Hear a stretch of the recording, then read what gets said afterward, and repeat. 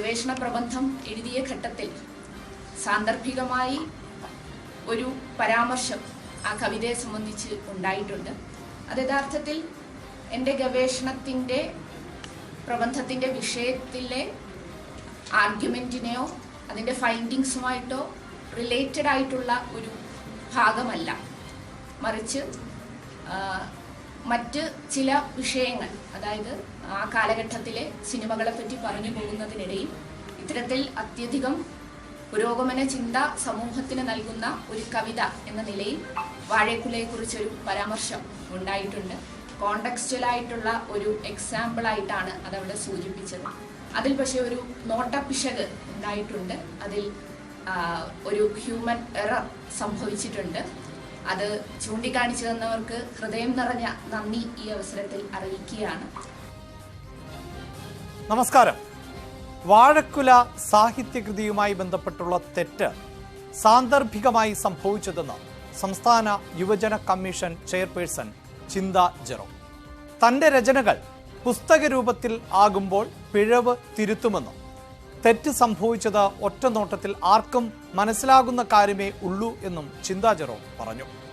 തെറ്റിദ്ധരിപ്പിക്കുന്ന തരത്തിൽ വാർത്ത നൽകിയത് ശരിയായില്ല. ചെറിയ തെറ്റിനെ പർവ്വതീകരിച്ചു. പിന്തുണയും കരുതലുമായി നിന്നവർ എന്ന നിലയ്ക്കാണ് പിണറായി വിജയൻ ഉൾപ്പെടെ ഉള്ളവർക്ക് നന്ദി ഉൾപ്പെടുത്തിയത് എന്നും ചിന്ത ജെറോ പറയുന്നു. അതേസമയം ചിന്ത ജെറോ പ്രബന്ധ വിവാദത്തിൽ സർവകലാശാലയോട് ഗവർണർ വിശദീകരണം തേടിയിട്ടുണ്ട്. പ്രൈം ഡിബേറ്റ് ചർച്ച ചെയ്യുന്നത് ഈ വിഷയമാണ്. തിരുത്തിയാൽ തീരും.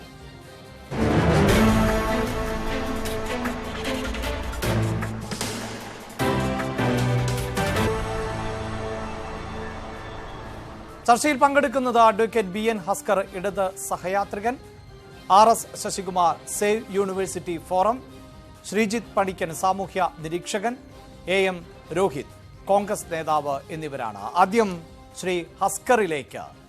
ഹസ്കർ, ചിന്ത ജെറോ പഠനകാലം മുതൽ വിദ്യാർത്ഥി രാഷ്ട്രീയത്തിൽ സജീവമാണ്. പിന്നീട് യുവജന പ്രസ്ഥാനങ്ങളിൽ കരുത്ത് കാണിച്ചിട്ടുണ്ട്. ഇപ്പോൾ വളരെ പ്രധാനപ്പെട്ട ഒരു പദവി അലങ്കരിക്കുന്നു കാലങ്ങളായി. നല്ല മെയ്വഴക്കമുള്ള, നല്ല ഭാഷ പ്രയോഗിക്കുന്ന നിരവധി പ്രസംഗങ്ങൾ ഇതിനു മുമ്പ് ഞാൻ ചിന്ത ജെറോമിൻ്റെതായി കേട്ടിട്ടുണ്ട്. അതിൽ ചിലതൊക്കെ വലിയ തോതിൽ ചർച്ച ചെയ്യപ്പെട്ടിട്ടുണ്ട്, ചിലത് ട്രോളായി മാറിയിട്ടുണ്ട്, ചിലത് വലിയ പിഴവ് സംഭവിച്ചിട്ടുണ്ട് എന്ന് തോന്നിയിട്ടുമുണ്ട്. അതെന്ത് തന്നെയായാലും ഇന്നിപ്പോൾ മാധ്യമപ്രവർത്തകരുടെ ചോദ്യത്തിന് ആ മെയ്വഴക്കത്തോടു കൂടിയുള്ള തഞ്ചത്തിലുള്ള മറുപടി നൽകി എന്നാണ് എനിക്ക് നിരീക്ഷിക്കാൻ സാധിച്ചത്. അതായത് പിഴവ് ചൂണ്ടിക്കാണിച്ചവർക്ക് നന്ദി. അങ്ങനെ നന്ദി പറഞ്ഞ് അവസാനിപ്പിക്കാൻ പറ്റുന്ന ഒന്നാണോ ഇപ്പോഴുണ്ടായിട്ടുള്ള ഈ പിഴവ്? അഭിലാഷേ, ഞാനിപ്പോ ഓർത്തു പോകുന്നത് 1970-കളുടെ തുടക്കത്തിൽ മലയാള സാഹിത്യ ലോകത്തിലെ ഏറ്റവും കൂടുതൽ ചർച്ച ചെയ്യപ്പെട്ട ഒരു പ്രബന്ധമുണ്ട്. ഡോക്ടർ സുകുമാർ അഴീക്കോടിനെ ഒരു തരത്തിലും നമുക്ക് ദൈക്ഷണിക ലോകത്തിന് മാറ്റി നിർത്താനാവാത്ത വ്യക്തിത്വമാണ്. ഡോക്ടർ സുകുമാർ അഴീക്കോടിന്റെ മലയാള സാഹിത്യ വിമർശനം എന്ന് പറയുന്ന ഒരു കൃതിയുണ്ട്. അദ്ദേഹത്തിന്റെ ഡോക്ടറേറ്റ് ലഭിച്ചിട്ടുള്ള കൃതിയാണ്. മലയാള സാഹിത്യ വിമർശനത്തെ സംബന്ധിച്ച് KP അപ്പൻ സാർ നടത്തിയിട്ടുള്ള വലിയ ഒരു വിമർശനമുണ്ട്. അപ്പൻ സാറിന്റെ കലഹവും വിശ്വാസവും എന്ന പുസ്തകത്തിൽ ഗവേഷണങ്ങളുടെ ചീട്ടുകൊട്ടാരം എന്ന് പറയുന്ന ഒരു ലേഖനമുണ്ട്. അത് 1970-കളിൽ സുകുമാർ അഴീക്കോടിനെ വിമർശിക്കുന്നതിന് ധൈര്യപ്പെടാതിരുന്ന ഒരു ദൈക്ഷണിക ലോകത്ത് ആണ് അത്തരം ഒരു വിമർശനവുമായി അപ്പൻ സാർ വന്നത്.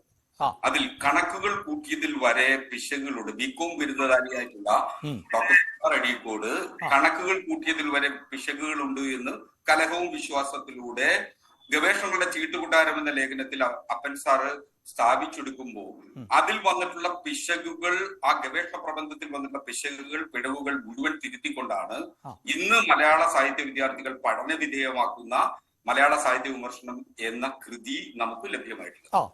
ഒരു ഗവേഷണ പ്രബന്ധം ഒരു ഗവേഷകൻ അല്ലെ ഒരു ഗവേഷക അവതരിപ്പിക്കപ്പെടുമ്പോൾ അതിന് നിയതമായ സർവകലാശാല മാനദണ്ഡങ്ങളുണ്ട്. ആ മാനദണ്ഡങ്ങൾക്കനുസരിച്ചാണ് ഗവേഷണം പ്രബന്ധം അവതരിപ്പിക്കുന്നത്. ആ പ്രബന്ധം അവതരിപ്പിച്ചതിന് ശേഷം ആ പ്രബന്ധം പുസ്തക രൂപത്തിലാക്കുമ്പോൾ ഈ ഓപ്പൺ ഡിഫൻസിൽ വന്നിട്ടുള്ള പിശകുകൾ കൂടി തിരുത്തിയിട്ടാണ് എല്ലാ ഘട്ടങ്ങളിലും പ്രബന്ധം പ്രസിദ്ധീകരിക്കാറുള്ളത്. ഇവിടെ ചിന്തയെ സംബന്ധിച്ചിടത്തോളം വന്നിട്ടുള്ള പിശക് എന്ന് പറയുന്നത് ഒരു അക്ഷന്തവ്യമായ അപരാധമാണെന്നുള്ള അർത്ഥത്തിൽ പർവ്വതീകരിച്ചു കാണിക്കുന്നു എന്നുള്ളതാണ് വലിയ.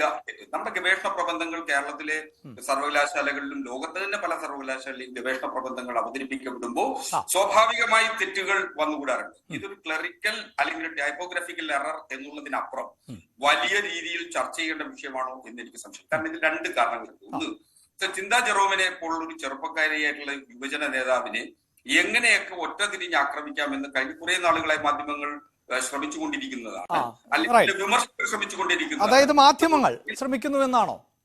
ഒന്ന്, മാധ്യമങ്ങൾക്ക് അതിലൊരു വലിയ പങ്കാളിത്തമുണ്ട്. എന്തായിരിക്കും അതിന്റെ ലക്ഷ്യം?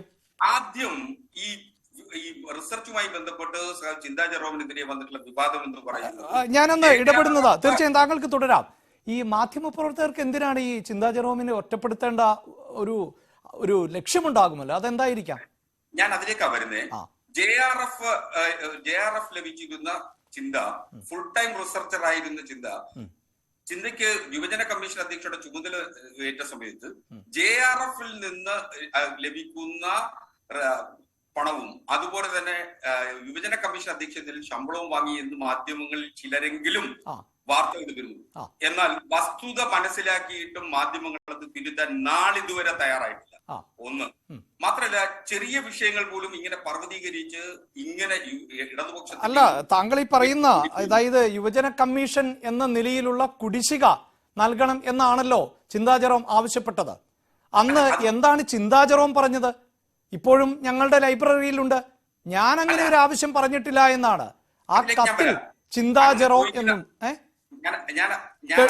അതിലേക്ക് വരാം.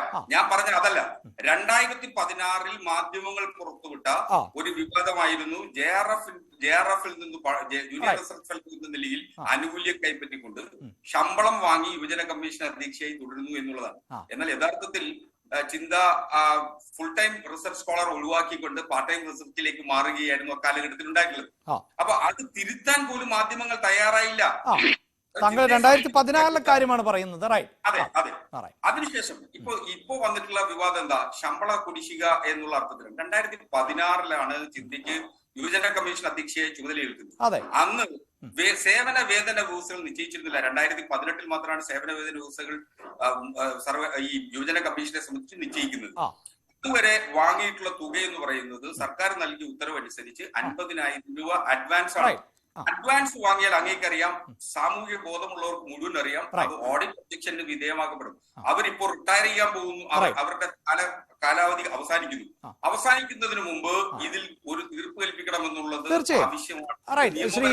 ശ്രീ ഭാസ്കർ, നമ്മുടെ ചർച്ചാ വിഷയം ഇതല്ല എങ്കിൽ പോലും ഈ കുടിശ്ശിക നൽകണം എന്ന് തന്നെ ആവശ്യപ്പെട്ടായിരുന്നു ആ കത്ത്. ആ കത്തിൽ ലെറ്റർ പാഡിന്റെ മുകളിൽ കൃത്യമായി ചിന്താ ജെറോം എന്ന് തന്നെ എഴുതുകയും യുവജന കമ്മീഷൻ ചെയർപേഴ്സൺ എന്ന് എഴുതുകയും ചെയ്തിട്ടുണ്ട്. ആ കത്ത് പിന്നീട് പുറത്തു വന്നു. ആ കത്തിന്റെ അടിസ്ഥാനത്തിലാണ് ഈ കുടിശ്ശിക തുക അനുവദിക്കുന്നത് എന്ന് വളരെ കൃത്യമായി ആ ഉത്തരവിൽ പറയുന്നു. പക്ഷെ ചിന്താ ജെറോം എന്ന് പറഞ്ഞത് അങ്ങനെ ആവശ്യപ്പെട്ടിട്ടേയില്ല. ഒരു തുകയും കുടിശ്ശികയും ഒന്നും ആവശ്യപ്പെട്ടിട്ടില്ല എന്നാണ്. ഞാനതൊന്ന് സൂചിപ്പിച്ചു പോകുന്നു എന്നേ ഉള്ളൂ.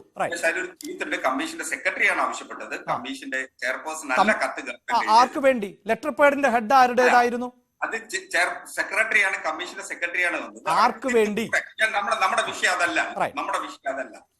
വിഷയം അതല്ലാത്തത് കൊണ്ട് ഞാൻ അതിലേക്ക് വരികയാണ്. ഇപ്പൊ ഗവേഷണ പ്രബന്ധത്തിലെ സംബന്ധിച്ച് രണ്ടു തരത്തിൽ ഇതിനൊരു പിശക് വന്നു. പിശക് സ്വാഭാവിക ഒരു ടൈപ്പോഗ്രഫിക്കൽ എറർ വന്നത് മാത്രമാണ്. പല പ്രബന്ധങ്ങളെ സംബന്ധിച്ചു അവിടെയാണ് താങ്കൾ ഇപ്പോഴും സംസാരിക്കുന്നത് വാഴക്കുലയുടെ രചയിതാവ് ആര് എന്നതുമായി ബന്ധപ്പെട്ട ഒരു വിഷയമാണ്. അവിടെ താങ്കൾ പറയുന്നത് പ്രസക്തമാണ്. ഒരു പക്ഷേ ഇപ്പോൾ ഈ ചാനൽ ചർച്ചയിൽ പങ്കെടുക്കുന്ന എനിക്ക് ചില നാക്കുപിഴകൾ സംഭവിക്കാം.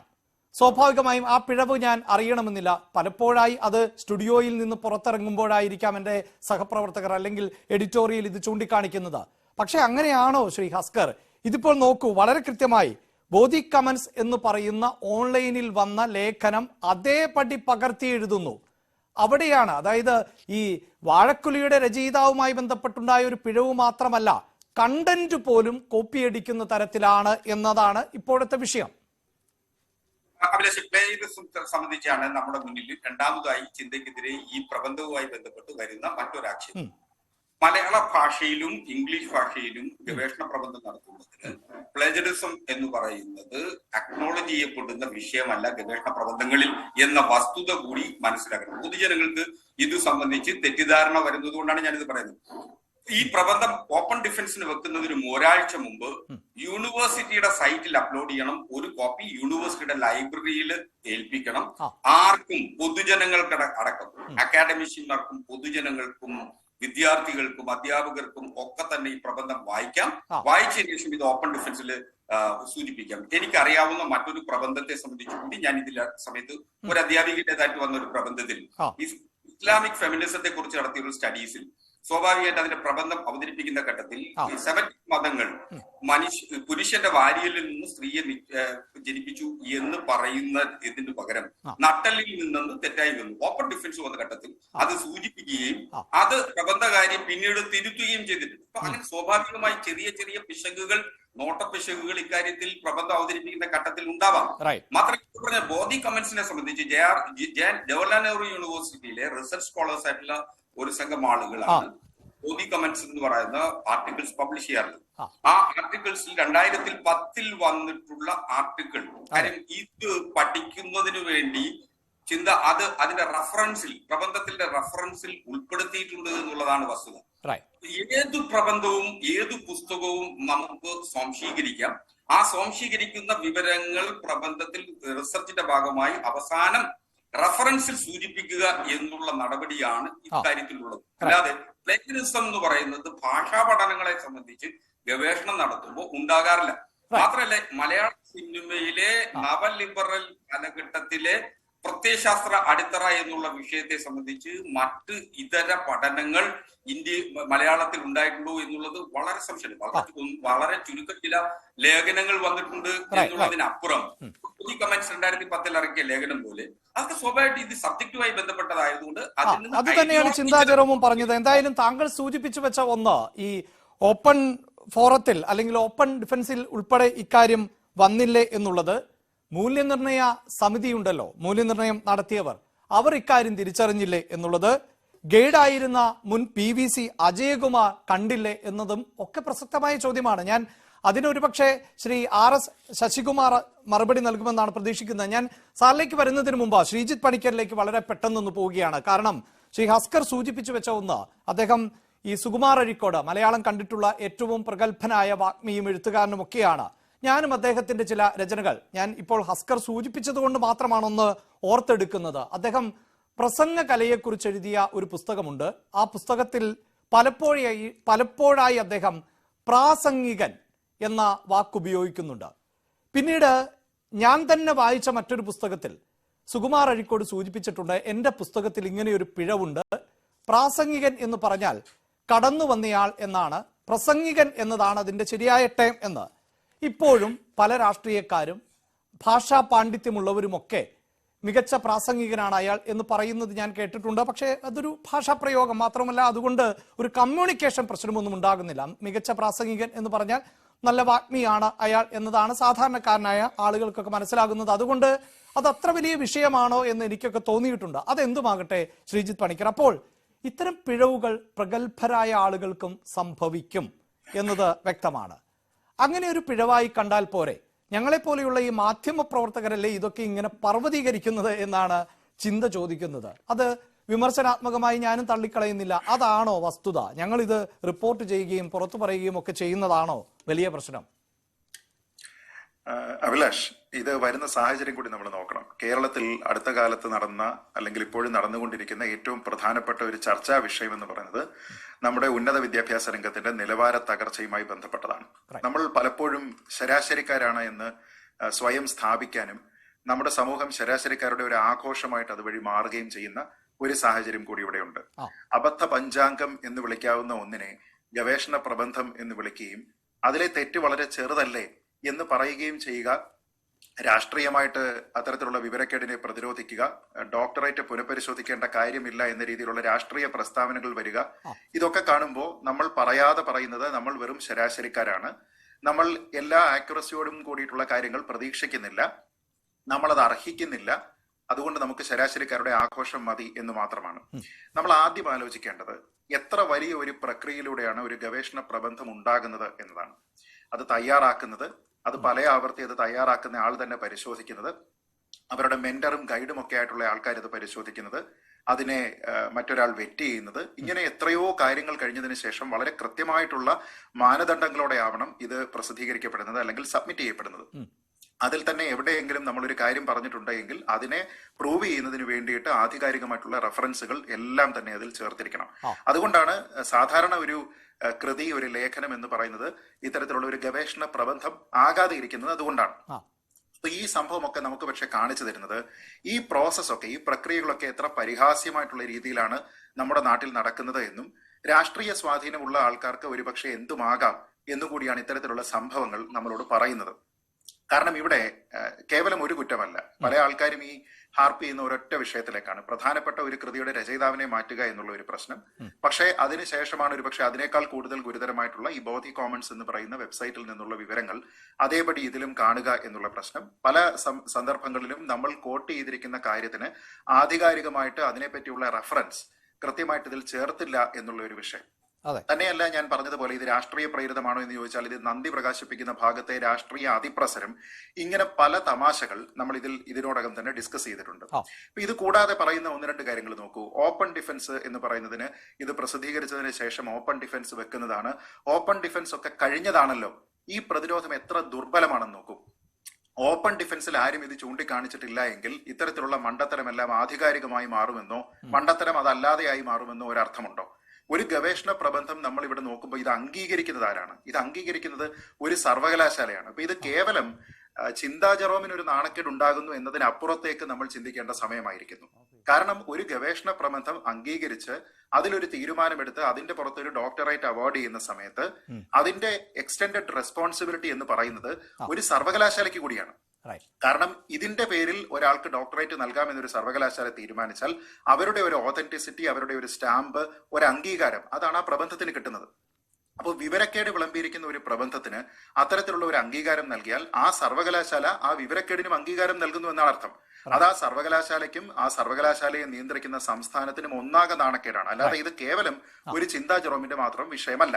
ഇനി രണ്ട്, ഈ പ്രബന്ധത്തിലെ പ്രധാനമായിട്ടുള്ള ഭാഗത്തല്ല ഈ വിവരക്കേട് കടന്നുകൂടിയിരിക്കുന്നത് എന്നൊക്കെ പല രീതിയിലുള്ള ന്യായീകരണം ഞാൻ കണ്ടു. അത് മറ്റൊരു ഭാഗം ഇങ്ങനെ പാസിംഗ് റിമാർക്കായിട്ട് പോകുന്ന സമയത്ത് പറയുന്നതാണ് എന്നുള്ളത്. വീണ്ടും ഞാൻ പറയുന്നു, എന്തുകൊണ്ടാണ് ഒരു സാധാരണ പത്രത്തിൽ വരുന്ന ഒരു ലേഖനമോ ഒരാൾ ഒരു ബ്ലോഗിൽ എഴുതുന്നതോ എങ്ങനെയാണ് ഒരു ആധികാരികമായിട്ടുള്ള ഒരു റിസർച്ച് പബ്ലിക്കേഷൻ, ഒരു തീസിസ്, അതിൽ നിന്ന് എങ്ങനെയാണ് വ്യത്യസ്തമാകുന്നത് എന്ന് വെച്ചാൽ ഇതിലുണ്ടാകുന്ന ആക്യുറസിയാണ്. ഇപ്പൊ നമ്മളൊരു ഗവേഷണ പ്രബന്ധം അവിടെ ഉണ്ടാവുകയും അതിന് പുറത്തൊരു സർവകലാശാല ഡോക്ടറേറ്റ് നൽകുകയും ചെയ്യുമ്പോൾ നമ്മൾ അതിൽ കൊടുക്കുന്ന സർട്ടിഫിക്കേഷൻ എന്ന് പറഞ്ഞാൽ ഇത് ഡോക്ടറേറ്റിന് യുക്തമായിട്ടുള്ള കാര്യമാണ്, അപ്പോൾ ഇത് ആധികാരികമായിട്ടുള്ള ഒരു കാര്യമാണ് എന്നുകൂടിയാണ്. അപ്പൊ ഇതിൽ ചില ഭാഗങ്ങളിലൊക്കെ മിസ്റ്റേക്ക് ഉണ്ട്. അതുകൊണ്ട് നമ്മൾ ആ ഭാഗത്തിനെല്ലാം അങ്ങ് അവോയ്ഡ് ചെയ്തിട്ട് ബാക്കിയുള്ള ഭാഗത്തിന് മാത്രമാണ് നമ്മൾ ഡോക്ടറേറ്റ് അവാർഡ് ചെയ്യുന്നത് എന്നൊന്നും ആരും പറയാറില്ലല്ലോ. അപ്പൊ ഇവിടെ വ്യക്തമായിട്ട് കാണുന്നത് നമ്മുടെ ഉന്നത വിദ്യാഭ്യാസ രംഗത്ത് ഇന്ന് സംഭവിച്ചുകൊണ്ടിരിക്കുന്ന, നമ്മൾ നിരന്തരം ചർച്ച ചെയ്തുകൊണ്ടിരിക്കുന്ന മൂല്യശോഷണത്തിന്റെ ഏറ്റവും നല്ല ഉദാഹരണമാണിത്. തന്നെയുമല്ല, അവരെ ന്യായീകരിക്കാനായിട്ട് ശ്രമിക്കുന്ന ആൾക്കാർ പറയുന്നത്, ഞാൻ നേരത്തെ പറഞ്ഞതുപോലെ നമ്മളൊക്കെ വെറും ശരാശരിക്കാരാണ്, ഇത്തരത്തിലുള്ള പ്രശ്നങ്ങളൊന്നും തന്നെ നമ്മളെ കൂടുതൽ കാര്യമായിട്ട് ബാധിക്കേണ്ടതില്ല, നമുക്ക് ഈ പെർഫെക്ഷനിസം എന്ന് പറയുന്നതിലേക്ക് പോകേണ്ടതില്ല എന്ന് പറയുന്നത് ന്യായീകരിക്കുന്ന ആൾക്കാർ. അതോടൊപ്പം തന്നെ ചിന്താചരണം ചെയ്യുന്നത് എന്താണ്? ഇത്തരത്തിലുള്ള വലിയ വിവരക്കേടൊക്കെ കയ്യോടെ പിടിച്ച ആൾക്കാരോട് പണ്ട് സിനിമയിൽ പറയുന്നത് പോലെ വിശാല ഹൃദയനായ ആശാൻ ക്ഷമിച്ചിരിക്കുന്നു എന്നൊക്കെ പറയുന്ന രീതിയിലുള്ള പത്രസമ്മേളനം നടത്തുക എന്ന് പറയുന്നത് ഇതിനേക്കാൾ വലിയ ആനമണ്ടത്തരമാണ് എന്ന് ഓർത്ത് നോക്കുക. അപ്പൊ തീരെ ക്രെഡിബിലിറ്റി ഇല്ലാത്ത രീതിയിൽ ഇത്തരത്തിലുള്ള കാര്യങ്ങൾ അവതരിപ്പിക്കുകയും അങ്ങനെ അവതരിപ്പിച്ചതിന്റെ പുറത്ത് നമ്മൾ ഈ പറയുന്നത് പോലത്തെ ഒരു ആഘോഷം ഇവിടെ നടക്കുകയും ചെയ്യുക എന്ന് പറയുന്നത് നമ്മുടെ ഉന്നത വിദ്യാഭ്യാസ രംഗത്തിനും സർവകലാശാലയ്ക്കും കേരളത്തിന് മൊത്തത്തിലും ഏറ്റവും വലിയ അപമാനമാണ്. അതിനെ എങ്ങനെയൊക്കെ നമ്മൾ പഞ്ചസാര പൊതിഞ്ഞ് പറയാൻ ശ്രമിച്ചാലും ആത്യന്തികമായിട്ട് അതിന്റെ കയ്പ് തികട്ടി വരും എന്ന് മാത്രമേ എനിക്ക് പറയാം. തീർച്ചയായും എന്തായാലും ആ പിഴവ് പരിഹരിക്കാം പുസ്തക രചനയിലേക്ക് കടക്കുമ്പോൾ എന്ന് കൂടി പറഞ്ഞു വെച്ചിട്ടുണ്ട് ചിന്താ ജെറോം. ശ്രീ RS ശശികുമാർ, ഈ അതിനു മുമ്പ് ഇപ്പോൾ ഈ യൂട്യൂബിൽ ഇത് ടെലികാസ്റ്റ് ചെയ്യപ്പെടുമ്പോൾ വന്നൊരു കമന്റ്, മോഹനൻ VK എന്നൊരാളാണ്, അയാൾ SSLC തോറ്റ ആളാണ്, അയാൾ ഉത്തരം എഴുതിയപ്പോൾ ചെറിയൊരു നോട്ടക്കുറവുണ്ടായി, അതിന്റെ പേരിലാണ് പരാജയപ്പെട്ടത്, അത് മാറ്റി മുൻകാല പ്രാബല്യത്തോടെ വിജയിപ്പിക്കണം എന്ന് ഒരു പ്രേക്ഷകൻ അവിടെ കമന്റ് ചെയ്തിട്ടുണ്ട്. എന്തായാലും ഇത്തരത്തിൽ 100 കണക്കിന് കമന്റുകളാണ് ശ്രീ ശശികുമാർ വരുന്നത്. ഒരു പക്ഷേ അദ്ദേഹത്തിന്റെ കമന്റ് പ്രസക്തമാണ്. കാരണം ഇപ്പോഴത്തെ ഒരു സാഹചര്യമൊക്കെ പരിഗണിക്കുമ്പോൾ നോട്ടപ്പിശക് ഉണ്ടായിട്ടുണ്ടാകും, നോട്ടപ്പിഴവ് കൊണ്ടായിരിക്കാം അദ്ദേഹം SSLC തോറ്റത് എന്ന് വേണം മനസ്സിലാക്കാൻ. എന്തായാലും ഇവിടെ ഈ മുൻ PVC ആയിരുന്ന അജയകുമാറുണ്ട്, മൂല്യനിർണ്ണയത്തിനുള്ള ആളുകളുണ്ട്, അതോടൊപ്പം തന്നെ ഓപ്പൺ ഡിഫൻസിൽ ചർച്ച ചെയ്യാറുണ്ട്. അപ്പോൾ പിന്നെ എന്താണ് ഈ ഡോക്ടറേറ്റ് നൽകുന്നതിന്റെ ഒരു ആധികാരികത? അതുപോലും സംശയത്തിന്റെ നിഴലിൽ ആവുകയല്ലേ ശ്രീ ശശികുമാർ?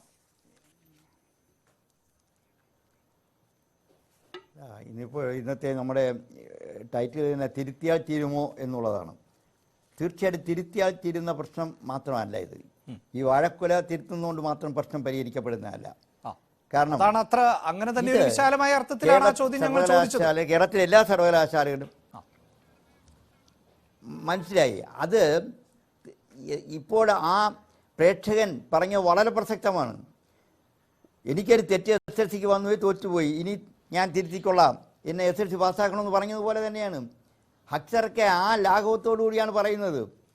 നമ്മുടെ ചിന്താചരവും പറയുന്നത് എനിക്ക് ഒരു പെശക് പറ്റിപ്പോയി, അത് തിരുത്തുന്നതോടുകൂടി തന്നെ എല്ലാമായെന്ന് പറഞ്ഞു. ഞങ്ങൾ ആ ഉദ്ദേശത്തിലല്ല ഇത് പുറത്തു കൊണ്ടുവന്നത്. കേരളത്തിലെ സർവകലാശാലകളിൽ കഴിഞ്ഞ കുറച്ച് നാളുകളായി ഈ പറയാൻ മടിയില്ല തട്ടിപ്പ്, PhD തട്ടിപ്പിലൂടെ നേടുന്ന ഒത്തിരി പേരുണ്ട്.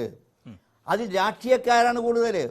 ഒരാളിന് PhD എടുക്കുക എന്ന് പറഞ്ഞാൽ ഒരു തപസ്യയാണ്. 5 or 6 വർഷം നിരന്തരം മറ്റെല്ലാ എൻഗേജ്മെൻറ്റും മാറ്റിവെച്ചെങ്കിൽ മാത്രം പണ്ട് PhD കിട്ടിക്കൊണ്ടിരുന്നവർ ഇപ്പോൾ സാമൂഹ്യ പ്രവർത്തനത്തിനായി ഒരു ദിവസം കാണുന്ന ഞാൻ ഓപ്പൺ ഡിഫൻസിന് പോയെന്ന് ഞാൻ ഞെട്ടിപ്പോയിട്ടുണ്ട്. ഇവർ എപ്പോഴും റിസർച്ച് ചെയ്യുന്നറിയില്ല.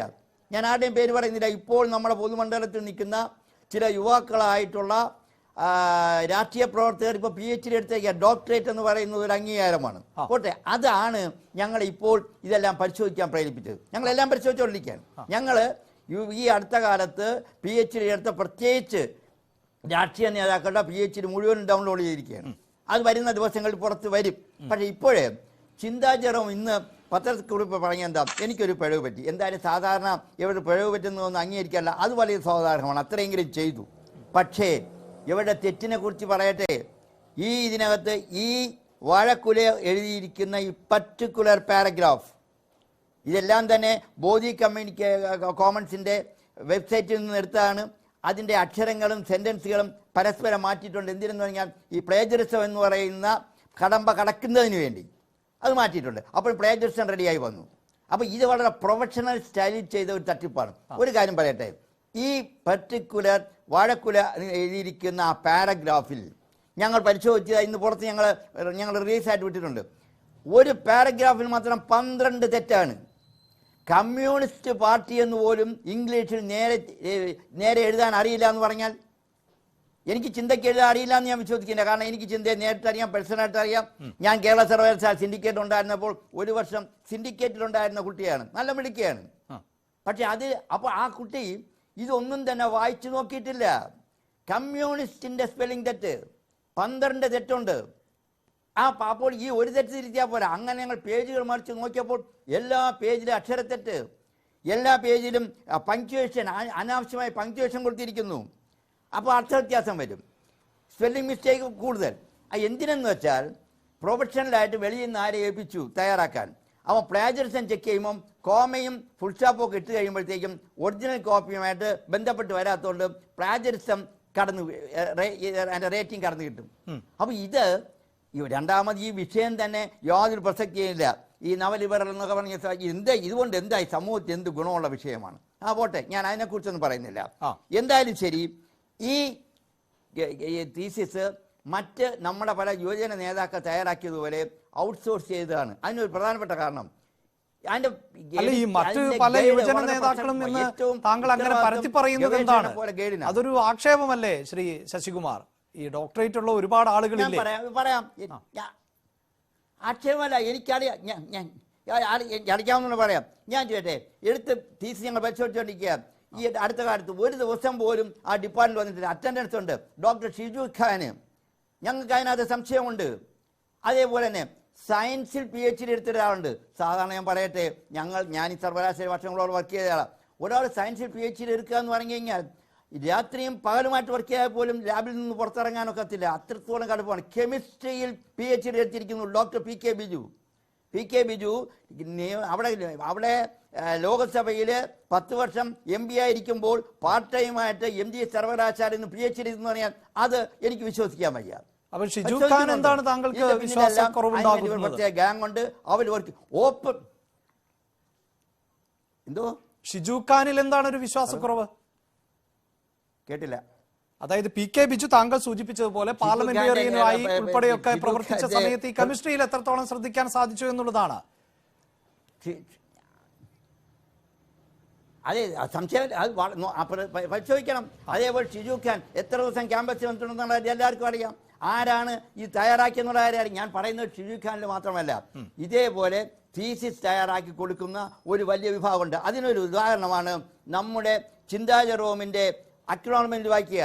അക്നോളജ്മെന്റിൽ ആരും തന്നെ അതുപോലെ വ്യക്തിപരമായ ആഗ്രഹമാണ് ഇത് തീസിസ് തയ്യാറാക്കുന്നതിന് പ്രചോദനം ഏത് രീതിയിലോ മുഖ്യമന്ത്രിയും KN ബാലഗോപാലും സ്വരാജ് ഉൾപ്പെടെയുള്ള MA ബേബിയും ഗോവിന്ദൻ മാസ്റ്ററും എല്ലാം ഉണ്ടെന്ന് പറയുന്നത് ശരി വരട്ടെ. അതിനോടൊപ്പം തന്നെ കൊടുത്തിരിക്കുന്ന തിരുവനന്തപുരത്തുള്ള ഒരു വനിതയുടെ പേര്, ആ വനിത തിരുവനന്തപുരത്ത് JRFനും നെറ്റിനും ക്ലാസ് എടുക്കുന്നതിന് ഞാൻ കുറ്റം പറയല്ല. അവരെ കുറിച്ച് അക്നോളജ് ചെയ്യാം. പക്ഷെ അതിനു പകരം ഇത് എഡിറ്റ് ചെയ്യുന്നതിനും ഇത് പ്രൊഡ്യൂസ് ചെയ്യുന്നതിനും പൂർണ്ണമായി സഹകരിച്ചത് അവരാണെന്ന് പറയുന്നു. അതെങ്ങനെ ചെയ്യാൻ നോക്കും? എഡിറ്റ് ചെയ്യാനും പ്രൊഡക്ഷനും ഒക്കെ നടത്താൻ സഹായിക്കേണ്ട ആൾ ഗൈഡാണ്. അപ്പോൾ ഔട്ട്സോഴ്സ് ചെയ്തു. ചുരുക്കി പറഞ്ഞാൽ ഗൈഡ്ഷിപ്പ് ഔട്ട്സോഴ്സ് ചെയ്തുകൊണ്ട് ചെയ്തു. അല്ലെങ്കിൽ അത്തരത്തിൽ അവരെ ഹെൽപ്പ് ചെയ്യുന്ന പിണറായി വിജയനോടൊപ്പം തന്നെ അവരെ പേരെഴുതിയാൽ മതി. അപ്പൊ ഈ തരത്തിൽ ചെയ്തേക്കുന്ന ചുരുക്കത്തിൽ ഞാൻ പറയട്ടെ, ഈ തീസിസ് എന്ന് പറയുന്നത് നമ്മുടെ ചിന്താ ജെറോം ജിമിക്കി കമൽ എന്ന് പറയുന്ന ലാഘവത്തോടുകൂടി വെറും മൈതാന പ്രസംഗമാണ് ആ തീസിസ് മുഴുവനും. എല്ലാ ഈ ചർച്ച വന്നപ്പോൾ ചിലരെങ്കിലും നേരത്തെ ഇതേ സോഷ്യൽ മീഡിയയിൽ തന്നെ ഈ വിഷയം ഞങ്ങൾ പുറത്തുവിടുമ്പോൾ പലരായി ചോദിച്ചു, നിങ്ങൾ ഹസ്കർ പറയുന്നത് പോലെ, അതായത് അവരെ കരിവാരിത്തേക്കുന്നതിന്, കാരണം അവർ ഈ ഫെലോഷിപ്പ് ഒക്കെ നേടിയിട്ടുള്ള ആളാണ്. സാറും ഇപ്പോൾ പറയുന്നുണ്ടല്ലോ മിടുക്കിയാണ് എന്നുള്ളത്. അപ്പോൾ മിടുക്കിയായ ഒരാൾക്കാണല്ലോ സ്വാഭാവികമായും ഫെലോഷിപ്പ് ഒക്കെ ലഭിക്കുക. അങ്ങനെ ഒരാൾ ഇങ്ങനെ ചെയ്ത് ഡോക്ടറേറ്റ് നേടേണ്ട സാഹചര്യം എന്താണ്?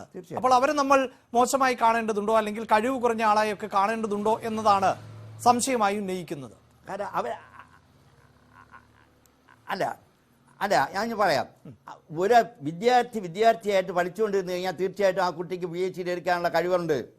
പക്ഷെ പ്രവർത്തന മേഖല മറ്റൊന്നാവുമ്പോൾ ഇത് ഒരു പാർട്ട് ടൈം ബിസിനസ്സായി മാറുമ്പോൾ ഇതൊക്കെ സംഭവിക്കും. ഞാൻ അവരെ മാത്രം കുറ്റം പറയല്ല. PhD എടുക്കുന്നുണ്ട്.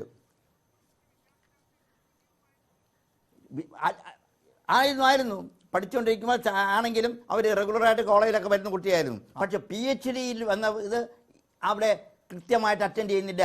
2, ഞാൻ വേറൊരു കാര്യം കൂടെ പറയട്ടെ. നമ്മുടെ ഈ പറഞ്ഞോളൂ, യൂണിവേഴ്സിറ്റിയിൽ സംബന്ധിച്ച ഒരു കാര്യം ആലോചിക്കുക. PhD വാങ്ങുന്നതിന് ഉള്ള നേരത്തെ പറഞ്ഞ ഓപ്പൺ ഡിഫൻസ്, ഈ ഓപ്പൺ ഡിഫൻസ് എല്ലാം വെറും ഫാൾസാണ്. ഓപ്പൺ ഡിഫൻസിന് നേരത്തെ ഹസീർ പറഞ്ഞ പോലെ തീസിസ് നേരത്തെ ലൈബ്രറിയിൽ ഏൽപ്പിച്ച് ഒരാഴ്ചയ്ക്ക് മുമ്പ് പരിശോധിക്കണം. ആരും പരിശോധിക്കാൻ വരാറില്ല. നമുക്ക് വേണ്ടപ്പെട്ടവരെ വിളിച്ചുകൊണ്ട് വന്ന് അതിന് കുടുംബസമേതമാണ് വരുന്നത്.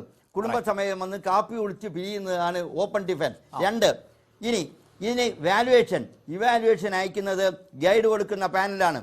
ഗൈഡ് കൊടുക്കുന്ന പാനലിൽ നിന്നും വൈസ് ചാൻസലർ വളരെ രഹസ്യമായി പാനൽ മെമ്പേഴ്സിനെ അയക്കണമെന്ന് പറയുമ്പോൾ കഴിഞ്ഞ കുറച്ച് നാളുകളായിട്ട് വൈസ് ചാൻസലറുള്ള രാഷ്ട്രീയ സ്വാധീനത്തിന്റെ അടിസ്ഥാനത്തിൽ ഉദ്ദേശിക്കുന്ന ആൾക്കാർക്ക് വാല്യൂഷൻ അയക്കുകയും ആ ഇവാലുവേറ്റർക്ക് ഗൈഡ് റിപ്പോർട്ട് എഴുതി അയച്ചു കൊടുക്കുന്ന സംഭവങ്ങൾ കേരള സർവകലാശാലയിലുണ്ട്. എനിക്കറിയാം. ഇവാലുവേറ്റർക്ക് എന്തായിരിക്കണം റിപ്പോർട്ട് എന്നുള്ളത് ഇവിടെ നിന്ന് എഴുതി കൊടുക്കുന്നു. ഇത്തരത്തിലുള്ള വ്യാപകമായ തട്ടിപ്പ് നടക്കുന്നെങ്കിൽ എന്റെ വ്യക്തമായ ഞങ്ങളുടെ അഭിപ്രായം, കഴിഞ്ഞ 10 വർഷം നടന്ന കേരളത്തിലെ സർവകലാശാലയിൽ നൽകിയ എല്ലാ PhDകളും ഒരു അക്കാഡമിക് ഓഡിറ്റിന് വിധേയമാക്കിയാൽ ഇത്തരത്തിലുള്ള കള്ളനാണയങ്ങൾ പുറത്തു വരും. ഒരു കാര്യം കൂടെ പറയട്ടെ, ഇപ്പോൾ ഞാൻ ഞങ്ങളൊരു ആരോപണമായിട്ട് പറഞ്ഞെങ്കിലും നമ്മുടെ ചിന്ത ഒരു കാര്യം ചെയ്യുക. ചിന്ത ഒരു പൊതു രംഗത്ത് നിൽക്കുന്ന കുട്ടിയാണ്. അത് നിഷ്പക്ഷമായി ആളുകൾക്ക് സംശയം ഉണ്ടാകാതിരിക്കണമെങ്കിൽ ഒരു നിഷ്പക്ഷമായ അന്വേഷണം നടത്തുവാൻ ആവശ്യപ്പെടേണ്ടത് ചിന്തയാണ്, ഞങ്ങളല്ല. അതിനോടുകൂടി സത്യസന്ധമായിട്ട് വരട്ടെ. കള്ളമില്ലെന്ന് പറഞ്ഞാൽ ഞങ്ങൾ കൊണ്ടുവരുന്ന ആരോപണമാണെന്ന് ശ്രീ രോഹിത്, ശ്രീ ശശികുമാർ പറഞ്ഞതിൽ ഒരു പ്രധാനപ്പെട്ട പോയിന്റ്, കഴിഞ്ഞ 10 വർഷമായി സർവകലാശാലകളിൽ നിന്ന് ലഭിച്ചിട്ടുള്ള ഇത്തരം PhD ഉൾപ്പെടെയുള്ള കാര്യങ്ങളെക്കുറിച്ച് ഒരു അന്വേഷണം വേണം എന്നുള്ളതാണ്. കഴിഞ്ഞ ദിവസം കോൺഗ്രസിന്റെ പോഷക സംഘടന എന്ന് തന്നെ വിശേഷിപ്പിക്കാവുന്ന വിദ്യാർത്ഥി സംഘടന ഉൾപ്പെടെ ചിന്താ ജെറോമിനെതിരെ വലിയ പ്രതിഷേധം നടത്തിയിരുന്നു. യഥാർത്ഥത്തിൽ ഞങ്ങൾ ഇത് ചിന്താ ജെറോം എന്ന ഒരു വ്യക്തിയിലേക്ക് മാത്രം നോക്കിക്കണ്ടല്ല ഈ തിരുത്തിയാൽ തീരുമോ എന്നുള്ളത്, എവിടെ നിന്നാണ് ഈ തിരുത്ത് ആരംഭിക്കേണ്ടത് എന്നാണ്. പൊതുവെ ഈ രാഷ്ട്രീയത്തിൽ സജീവമാകുന്നവർ ആ പേരിനൊപ്പം, ഇപ്പോൾ അഡ്വക്കേറ്റ് ഹസ്കർ ഈ ചർച്ചയിൽ പങ്കെടുക്കുന്നുണ്ട്, അദ്ദേഹം ആ തൊഴിലിൽ കൂടി വ്യാപൃതനാണ്. മറ്റു പലരും അങ്ങനെയല്ല. അവർ ഈ രാഷ്ട്രീയത്തിലേക്ക് ഇറങ്ങുമ്പോൾ ഇപ്പുറത്തൊരു അഡ്വക്കേറ്റ് എന്നുകൂടി ചേർത്താൽ സമൂഹത്തിൽ ഒരു കുറച്ചുകൂടി സ്വീകാര്യത ലഭിക്കും. അതൊരു കാലഘട്ടത്തിൽ ചർച്ച ചെയ്തതാണ്. ഇങ്ങനെ ഈ അഡ്വക്കേറ്റ് എന്നുള്ള ഈ സർട്ടിഫിക്കറ്റുമൊക്കെ ചില വിദ്യാഭ്യാസ സ്ഥാപനങ്ങളിൽ നിന്ന് ലഭിക്കുന്ന സാഹചര്യം, ഞാനത് റിപ്പീറ്റ് ചെയ്യുന്നില്ല കാരണം സമയമില്ല. ഇപ്പോൾ ഏതാണ്ട് അതേ അവസ്ഥയിലേക്ക് മാറുകയാണോ ഈ ഡോക്ടറേറ്റ് എന്നുകൂടി സംശയിക്കേണ്ടി വരുന്നുണ്ട്. അപ്പോൾ യഥാർത്ഥത്തിൽ ഇതിൽ കൂടുതൽ ജാഗ്രതയും കരുതലും ഒക്കെ എല്ലാവരുടെയും ഭാഗത്ത് നിന്ന് ഉണ്ടാകേണ്ടേ. കൂടുതൽ ഈ നമ്മുടെ അക്കാദമിക് തലത്തിന് വെറുതെ ഇങ്ങനെ വാരിക്കൊഴി കൊടുക്കാവുന്ന ഒന്നാക്കി ഇതിനെയൊക്കെ മാറ്റുന്നത് ശരിയാണോ ശ്രീ അഭിജിത്ത്? ക്ഷമിക്കണം ശ്രീ രോഹിത്. അല്ല, കേരളത്തിന്റെ ഉന്നത വിദ്യാഭ്യാസ മേഖലയുമായി ബന്ധപ്പെട്ട് ഇപ്പൊ ഈ നടന്നുകൊണ്ടിരിക്കുന്ന കാര്യങ്ങൾ ഒരു ഒറ്റപ്പെട്ട സംഭവമല്ല എന്ന് തന്നെയാണ് കോൺഗ്രസിന്റെയും യൂത്ത് കോൺഗ്രസിന്റെയും അഭിപ്രായം. ഇപ്പൊ ഈ ചിന്തയുടെ വിവാദം ഉണ്ടായ അതേ സമയത്ത് തന്നെ യൂത്ത് കോൺഗ്രസിന്റെ സംസ്ഥാന പ്രസിഡന്റ് വളരെ കൃത്യമായി പറഞ്ഞിട്ടുണ്ട് ഇവിടെ PhD റദ്ദാക്കണമെന്ന്. സത്യത്തിൽ ഇന്ന് അസ്കറും അതുപോലെ തന്നെ ചിന്തയും രണ്ടു കൂട്ടരും ഒരേ ന്യായീകരണമാണ് നടത്തിക്കൊണ്ടിരിക്കുന്നത്. സത്യത്തിൽ ഇന്ന് ചിന്തയുടെ പത്രസമ്മേളനം വലിയൊരു കോമഡി തന്നെയായിരുന്നു. കാരണം എന്താ പറയുക, ഈ PhDയിൽ വന്നിരിക്കുന്ന തെറ്റ് കണ്ടെത്തിയവർക്ക് ഞാൻ എന്റെ ഹൃദയം നിറഞ്ഞ നന്ദി ആര് രേഖപ്പെടുത്തുകയാണ്? ഈ തെറ്റ് വരുത്തിയ ചിന്താചരം തന്നെ രേഖപ്പെടുത്തുകയാണ്. അതോടൊപ്പം തന്നെ അവർ പറയുകയാണ് ഇത് മാധ്യമങ്ങൾ വല്ലാതായി പർവ്വതീകരിക്കുകയാണ്, അത്തരത്തിലൊന്നും ചർച്ച ചെയ്യപ്പെടേണ്ട ഒരു വിഷയമല്ല. പിന്നീട് CPM-ന്റെ സൈബർ സെല്ലുകളും അതുപോലെ തന്നെ ചിന്തയും ഉൾപ്പെടെയുള്ള ആളുകൾ പറയുന്നത് ഇത് നഗ്നമായ സ്ത്രീ വിരുദ്ധതയാണ്, ഒരു സ്ത്രീക്ക് നേരെയുള്ള അതിക്രമമാണ് നടത്തിക്കൊണ്ടിരിക്കുന്നതെന്നാണ്. അപ്പൊ ഇതിനെ വേറെ തരത്തിലേക്ക് ഡൈവേർട്ട് ചെയ്യാനുള്ള ശ്രമം വളരെ ആസൂത്രിതമായി നടത്തുന്നുണ്ട്. ഇപ്പൊ ഞങ്ങൾ പറയുന്നത്, ഇപ്പൊ കഴിഞ്ഞ 2-3 മാസങ്ങൾക്ക് മുമ്പാണ് കേരളത്തിൽ ഉന്നത വിദ്യാഭ്യാസ മേഖലയുടെ തകർച്ചയുമായി ബന്ധപ്പെട്ട് ഇടതുപക്ഷം വലിയ സമരങ്ങളും കൺവെൻഷനും ഒക്കെ നടത്തിയത്. എന്താണ് ഇടതുപക്ഷത്തിന്റെയും CPM-ന്റെയും ഈ വിഷയത്തിലുള്ള നിലപാട് എന്ന് ആദ്യം അവർ പറയണം. അത് പറഞ്ഞല്ലോ. ജയരാജന്റെ പ്രതികരണം താങ്കൾ ശ്രദ്ധിച്ചില്ലേ കഴിഞ്ഞ ദിവസം? അല്ല EP ജയരാജന്റെ പ്രസ്താവന ആ പാർട്ടി എത്രത്തോളം ഗൗരവത്തോടെ എടുക്കുന്നു എനിക്ക് സംശയമാണ്. അല്ല, ഞാൻ അതിലേക്കാണ് വരുന്നത്. ഇപ്പോ ഇന്ത്യ രാജ്യത്തെ ഭരണഘടനാ സ്ഥാപനങ്ങളെ RSS വൽക്കരിക്കുന്നു, സംഘവൽക്കരിക്കുന്നു എന്ന് അഭിപ്രായമുള്ള ആളുകളാണ് ഇപ്പൊ കോൺഗ്രസ് ആണെങ്കിലും CPM ആണെങ്കിലും. അപ്പൊ ദേശീയ തലത്തില് വിദ്യാഭ്യാസ സ്ഥാപനങ്ങളെ സംഘവൽക്കരിക്കുന്നു എന്ന്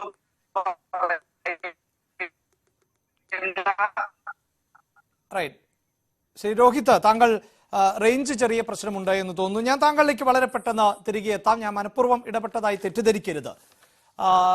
ശ്രീ ഹസ്കർ, ഏറ്റവും പ്രധാനപ്പെട്ടത് അദ്ദേഹം പറഞ്ഞു വെച്ച ഒരു പോയിന്റിലേക്ക് തന്നെ പോകേണ്ടിയിരിക്കുന്നു. അതായത് ഉന്നത വിദ്യാഭ്യാസ മേഖലയെ കാവ്യവൽക്കരിക്കുന്നു എന്ന ആക്ഷേപം കോൺഗ്രസിനുമുണ്ട്, CPM-നുമുണ്ട്. പക്ഷേ ഉന്നത വിദ്യാഭ്യാസ മേഖല കുത്തഴിഞ്ഞ മട്ടിലാണ്.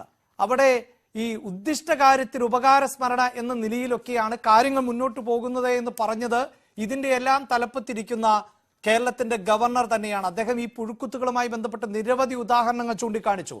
താങ്കൾ മാധ്യമങ്ങളെ അടക്കം വിമർശിക്കുന്നു ചിന്താ ജെറോമുമായി ബന്ധപ്പെട്ട വിഷയം. അദ്ദേഹം ചിന്താ ജെറോം നേരത്തെ നടത്തിയിട്ടുള്ള പ്രസംഗം, അത് ആരോ ഈ ചർച്ചയിൽ സൂചിപ്പിച്ചു, ശശികുമാർ സാറാണ് എന്ന് തോന്നുന്നു. ജിമിക്കി കമ്മൽ കേരളത്തിലെ എല്ലാ സ്ത്രീകളും ഉപയോഗിക്കാറില്ല, എല്ലാ അച്ഛന്മാരും ജിമിക്കി കമ്മൽ മോഷ്ടിക്കാറില്ല എന്ന പ്രസംഗം. അതിനുശേഷം ഈ ചെഗുവേരയുടെ ജനനവുമായി ബന്ധപ്പെട്ട് നടത്തിയിട്ടുള്ള പ്രസംഗം, ഇതൊക്കെ സമൂഹ മാധ്യമങ്ങളിൽ വൈറലാവുകയും അവിടെ ട്രോളായി മാറുകയും ഒക്കെ ചെയ്തതാണ്. അതൊന്നും മാധ്യമങ്ങളെ ഏറ്റുപിടിക്കാൻ പോയിട്ടില്ല. പക്ഷേ ഇപ്പോഴങ്ങനെയല്ല. ഇത് സർവകലാശാലയിൽ നിന്ന് ലഭിക്കുന്ന ഡോക്ടറേറ്റ് ആണ്. അതിനൊരു പ്രാധാന്യമുണ്ട്. പലരും അത് കഷ്ടപ്പെട്ടിരുന്ന് പഠിച്ചു നേടുന്ന ഒന്നാണ്. മറ്റു പ്രൊഫഷനുകളോടൊപ്പം തന്നെ ഇത് നേടുമ്പോൾ തന്നെ അതിൻ്റെതായ ചില അധ്വാനം ഉണ്ടാകണം. അതെല്ലാം തെറ്റിക്കുന്ന തരത്തിലേക്ക് കാര്യങ്ങൾ എത്തുന്നു. അക്കാദമിക് എറർ എന്ന് തന്നെ, അക്കാദമിക തലത്തിൽ ഒരു എറർ സംഭവിക്കുന്നു, തെറ്റ് സംഭവിക്കുന്നു. അത് തയ്യാറാക്കിയ ആൾ തിരിച്ചറിയുന്നില്ല, അത് മോണിറ്റർ ചെയ്യേണ്ട സംവിധാനങ്ങൾ തിരിച്ചറിയുന്നില്ല എന്ന് വരുമ്പോഴാണ് ഇത് വാർത്തയായി മാറുന്നത്.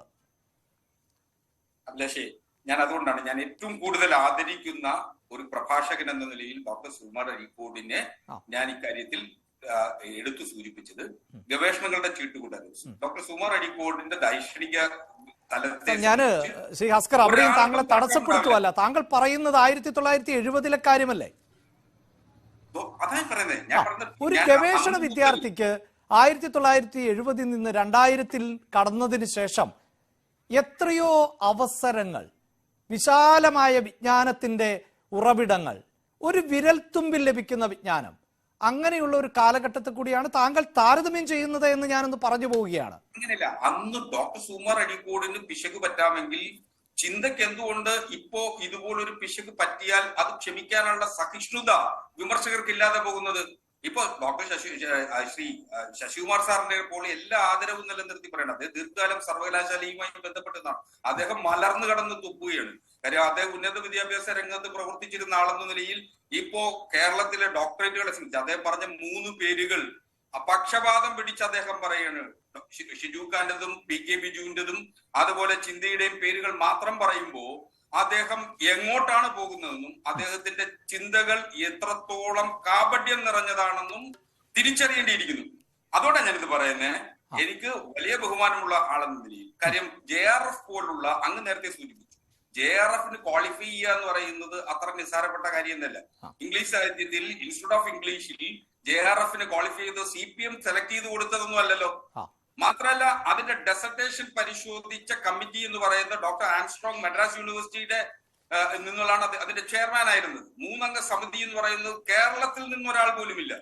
അപ്പൊ സ്വാഭാവികമായി ഇങ്ങനെ കള്ളത്തരം പൊതുജനങ്ങളോട് പറയാൻ പാടില്ല. ഇത് തീരുമാനിച്ചത് ഗൈഡാണെന്നും ഗൈഡ് എഴുതി കൊടുത്തത് അനുസരിച്ച് ചെയ്തു എന്നും ഇതിന്റെ എഡിറ്റിംഗ് നിർവഹിച്ചവർക്ക് വരെ അക്നോളജ്മെന്റ് ഒരു അങ്ങേക്കറിയാത്തതല്ലോ. പരിശോധിക്കൂ, എത്രയോ ഗവേഷണ പ്രബന്ധങ്ങളിൽ അക്നോളജ്മെന്റുകൾ ആരുടെയൊക്കെ പേരുകൾ പറയും.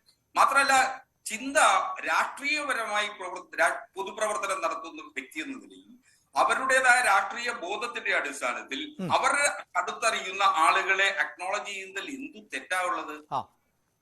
അതിലൊരു എന്ത് പിശകാണുള്ളത്? ഞാൻ ഒരു പുസ്തകം എഴുതി പ്രസിദ്ധീകരിച്ചാൽ സ്വാഭാവികമായും ഞാൻ അക്നോളജി ചെയ്യുന്നത് എനിക്ക് ഏറ്റവും അടുപ്പവും എന്നെ സ്വാധീനിച്ച വ്യക്തികളെയുമായിരിക്കും. അങ്ങനെയല്ലേ ചെയ്യാറുള്ളത്? അത് ഗവേഷണ പ്രബന്ധമായ തെറ്റിദ്ധരിക്കപ്പെടേണ്ടതുണ്ടോ? ഇത് ഏതോ വലിയൊരു അപരാധം ചെയ്തു എന്ന അർത്ഥത്തിലാണ് ചർച്ച ചെയ്ത് കൊണ്ടുവെക്കുന്നത്.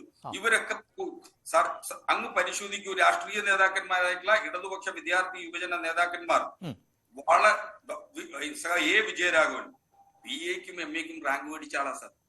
പരിശോധിക്കൂ, എത്ര ആളുകളുടെ എണ്ണം ഞാൻ പറഞ്ഞുതരാം. ഈ പറഞ്ഞ KN ബാലഗോപാൽ MPhil PhD വരെ ചെയ്തിരുന്ന ആളാണ്. MCOMനും റാങ്ക് ഹോൾഡർ ആയിരുന്നു. അങ്ങനെ കേരള രാഷ്ട്രീയത്തിലെ ഇടതുപക്ഷ നേതാക്കന്മാരായിട്ട് നിൽക്കുന്ന വിദ്യാർത്ഥി യുവജന നേതാക്കന്മാരെല്ലാം പഠിക്കുകയും സമരം ചെയ്യുകയും ചെയ്ത ഞങ്ങൾ ക്ലാസ് പഠിച്ചവരല്ല. ഞങ്ങൾ തെരുവുകളിലും ക്യാമ്പസുകളിലും ജീവിച്ചിരുന്നവരാണ്. അതുകൊണ്ടാണ് ഞങ്ങളുടെ അനുഭവങ്ങൾക്ക് വ്യത്യസ്തതയുണ്ടാകും. ഒരുപക്ഷെ ഇപ്പോ 3.5 കൊല്ലം കൊണ്ട് പൂർത്തീകരിക്കേണ്ട ഫുൾ ടൈമർ എന്നുള്ള ഒരു JRF റിസർച്ച് സ്കോളർക്ക് തന്റെ പ്രബന്ധം അവതരിപ്പിക്കുന്നതിന് 5 കൊല്ലം വരെ സമയം കൊടുക്കുന്നതിന്റെ സാഹചര്യം അതാണ്.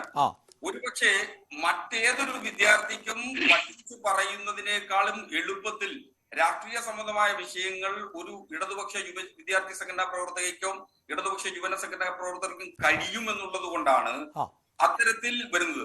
ഇങ്ങനെ ഇടതുപക്ഷ യുവജന നേതാക്കന്മാരെ അധിക്ഷേപിക്കുന്നതിനു വേണ്ടി, അവരുടെ വിദ്യാഭ്യാസ യോഗ്യതയെ അധിക്ഷേപിക്കുന്നതിനു വേണ്ടി പറയുന്നത് വളരെ വേദനാജനകമാണ്.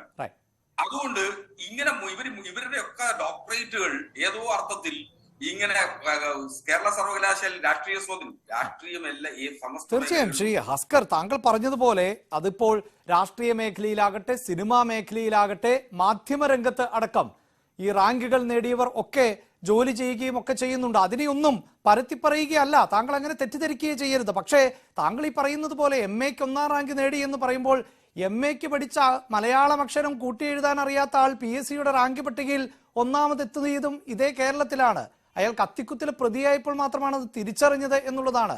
അപ്പോൾ അത്തരം കാര്യങ്ങൾ കൂടി നമുക്ക് ചർച്ച ചെയ്തു പോകേണ്ടതുണ്ട്. അതിനെ ഒരു അടച്ചാക്ഷേപിക്കലായി താങ്കൾ കാണേണ്ടതില്ല.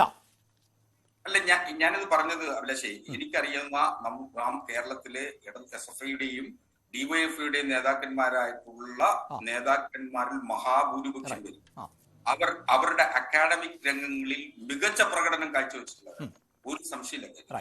ഇപ്പോ ചിന്ത ഒരുപക്ഷെ ഇത് പൊതുപ്രവർത്തകയായിരുന്നില്ല എങ്കിൽ ഇന്ന് കോളേജ് അധ്യാപികയായോ മറ്റോ ശോഭിക്കേണ്ടതാണ്. എനിക്ക് വളരെ കുട്ടിക്കാലം മുതൽ ചിന്തയെ അറിയിക്കുന്നുണ്ട്. അല്ല, അങ്ങനെയാണെങ്കിൽ ശശികുമാർ സാറിനടക്കം എതിർപ്പില്ലാതിൽ അതാണ് അവർ പറയുന്നത്. അതായത് ഇതിനൊക്കെ സമയം കിട്ടുന്നുണ്ടോ, ഇത് ഔട്ട്സോഴ്സ് ചെയ്യപ്പെടുകയാണോ എന്ന സംശയമാണ് നമ്മൾ ചർച്ച ചെയ്തുകൊണ്ടിരിക്കുന്നത്.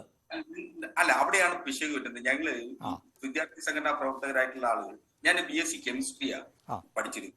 പക്ഷെ എനിക്ക് അധിക സമയങ്ങളിൽ ക്ലാസ് മുറിയിൽ ഇരുന്ന് പഠിക്കുന്നതിനോ അല്ലെങ്കിൽ ലാബുകളിലെ മുഴുവൻ എനിക്ക് ആകെപ്പാട് കിട്ടിയ കോമൺ ആയി കിട്ടുന്ന 3 എക്സ്പെരിമെന്റിന്റെ മാത്രമാണ് ലാബിൽ നിന്ന് എനിക്ക് എന്റെ ഇതിൽ ലഭിച്ചിട്ടുള്ളത്.